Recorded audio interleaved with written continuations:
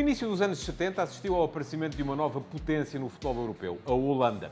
O Feyenoord de Ernst Happel ganhou ao Celtic na final da Taça dos Campeões Europeus de 1970 e viu-se que o sucesso holandês não era um epifenómeno quando o que lhe sucedeu nas 3 temporadas seguintes como campeão da Europa foi o Ajax de Rinus Michels e depois Stefan Kovacs.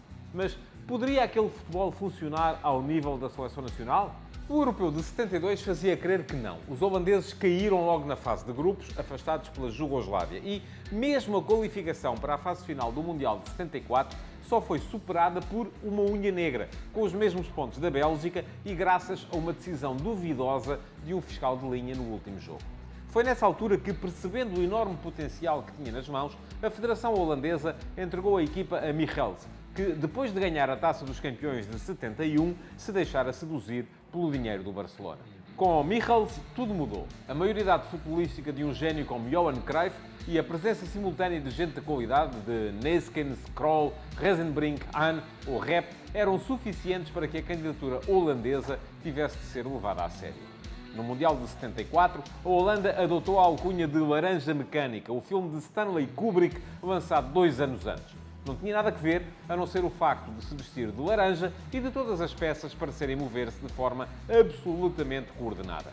Da adoção da zona pressionante, da linha de fora de jogo, dos constantes overlaps dos seus laterais, Surbier e Krol, da subida de um dos centrais, Hahn, para a linha do meio-campo e da mobilidade permanente do falso avançado de centro, Johan Cruyff, nascia o futebol total, que veio a apaixonar os adeptos neutros.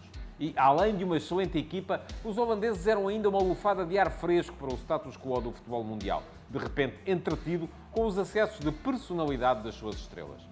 Cruyff, por exemplo, recusou-se a jogar o Mundial com a camisola laranja com as 3 listas da Adidas, a patrocinadora oficial da KNVB, por ser atleta da Puma. A marca desenhou então uma camisola especial para ele, com 2 listas apenas. No Mundial, os holandeses foram passeando até à final. Ganharam o seu grupo com 2 vitórias e 1 empate, 6 golos marcados e 1 sofrido, e subiram de nível na segunda fase com um score de 8-0, vindo de mais 3 vitórias, uma delas um 2-0 aos campeões mundiais, o Brasil.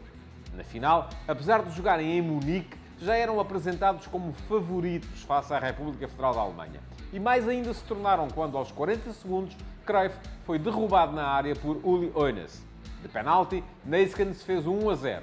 Os alemães estavam a perder a sua final e ainda nem sequer tinham tocado na bola. Até a final do jogo, porém, foi a classe da equipa alemã a ditar leis. Os holandeses pareceram demasiado centrados na gestão da vantagem, viram Breitner empatar, também de penalti, e o inevitável Müller marcar o golo da vitória ainda antes do intervalo. A segunda parte não lhes serviu para mudarem as coisas e a Alemanha Federal tornou-se a primeira campeã mundial da nova era, no que, no entanto, parecia ser uma vitória do velho futebol sobre o novo mundo que se anunciava. Mas chegaria esse novo mundo? Os holandeses prometiam voltar em 78. Chegaram às meias finais do Europeu de 76, ganho pela Checoslováquia, na final contra a RFA, graças ao penalti de Panenka, que depois fez escola. E impuseram-se novamente à Bélgica na qualificação para o Mundial de 78. Só que, no dia do último jogo de qualificação, em outubro de 77, rebentou a bomba.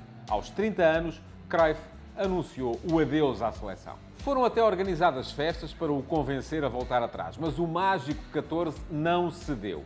Ainda que anos mais tarde o bombador de 71, 73 e 74 tenha confessado que não quis, sobretudo, deixar a família por tanto tempo sozinha, na sequência de um rapto de que esta tinha sido alvo, com uma arma apontada à cabeça da mulher e dos filhos, a razão oficialmente apresentada era outra. Cruyff recusava-se a compactuar com a ditadura militar do general Videla, a forma musculada de poder que emergira na Argentina depois das confusões em que acabou o peronismo. Algo de estranho para quem tinha ido jogar para a Espanha 2 anos antes da morte de Francisco Franco, o generalíssimo. Os mundiais de 1978 e 1982 tinham sido concedidos de uma penada à Argentina e à Espanha, 2 decisões nas quais a FIFA acolhera o sportswashing de regimes totalitários.